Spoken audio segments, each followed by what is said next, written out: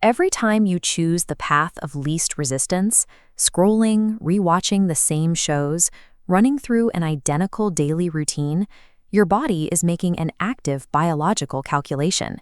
It assumes you no longer need high-level cognitive function, and it literally prunes away the neural wiring you aren't using. To understand why this happens, you have to look at how the brain processes reality. It operates as a prediction machine. It constantly builds models of what will happen next, and it only expends the immense energy required to build new neural pathways when those predictions are wrong. If you are never surprised, confused, or struggling to grasp a new concept, your brain stops building. The physical consequence of a highly predictable life is literal neurological atrophy. Without the stimulus of complex problem-solving, your neural networks thin out. This is a measurable loss of tissue density that leaves you highly vulnerable to cognitive diseases like Alzheimer's and dementia as you age. The countermeasure to this decay is a biological phenomenon called cognitive reserve. This is the deliberate accumulation of excess brain tissue. Think of it like a handyman packing multiple backup tools. If you physically build enough overlapping neural pathways, losing a few to age or disease won't affect your daily cognitive function. Living in a state of perpetual comfort is biologically destructive. To maintain peak mental acuity, you have to force your brain into a state of struggle. You have to actively weaponize your intellect by subjecting it to intense, unfamiliar demands.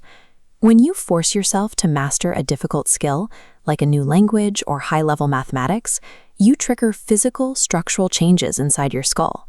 The act of learning actively rewires your biological hardware. We can quantify this growth. When neurons are subjected to rigorous training, they develop up to 25% more branches. All of that rapid, microscopic branching takes up physical space. As these new dendrites grow, they force the neurons further apart.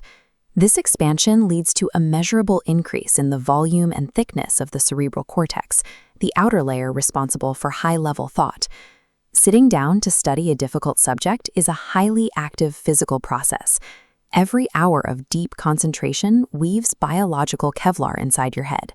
You cannot buy or hack your way into this state. Relentless, frustrating intellectual struggle is the sole biological mechanism capable of forging the raw materials required for an impenetrable mental armor. The evidence is undeniable. Studies have shown that intense mental training and highly enriched environments physically increase the total weight of the cerebral cortex by up to 5%. This micrograph shows the dense, colored synaptic structures of an exercised neural network. This thicket forms your cognitive reserve. Autopsies reveal individuals with severe Alzheimer's damage who never showed symptoms. Densely packed neural roads allowed electrical signals to bypass dead zones, maintaining genius-level clarity. You can literally outbuild this neurological decay. By forcing the creation of so much excess brain tissue through lifelong learning, any physical damage from disease becomes functionally invisible to the outside world. But there is a fatal flaw in the modern obsession with constant output. Forcing your brain into a state of relentless, uninterrupted focus generates toxic metabolic byproducts.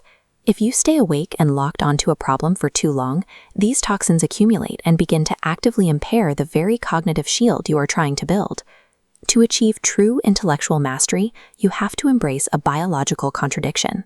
You must regularly shift out of high-intensity focus and enter what neuroscientists call the diffuse mode. This is a state where you completely disengage your attention and allow your mind to wander without a specific goal. Doing absolutely nothing is a biological necessity. During periods of awake rest, and especially during sleep, your brain clears out those toxic byproducts.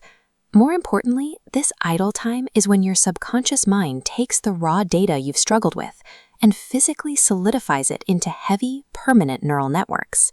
This is the paradox of neuroplasticity. Intense mental strain gathers the materials, but absolute rest is the forge that permanently solidifies the armor. The vast majority of people will fail to strike this balance. They will either burn out their circuitry through toxic, uninterrupted grinding, or they will let their minds rot away in a comfortable, frictionless existence.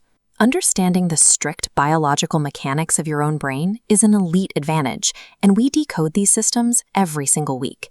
If you scroll past without subscribing, you risk losing access to the exact blueprints required to optimize your cognitive hardware. The mandate is clear. You must violently stress your intellectual system with highly complex problems, and then you must have the absolute discipline to walk away and do nothing. Every single wasted, unoptimized second brings your mind one step closer to a state of total structural failure.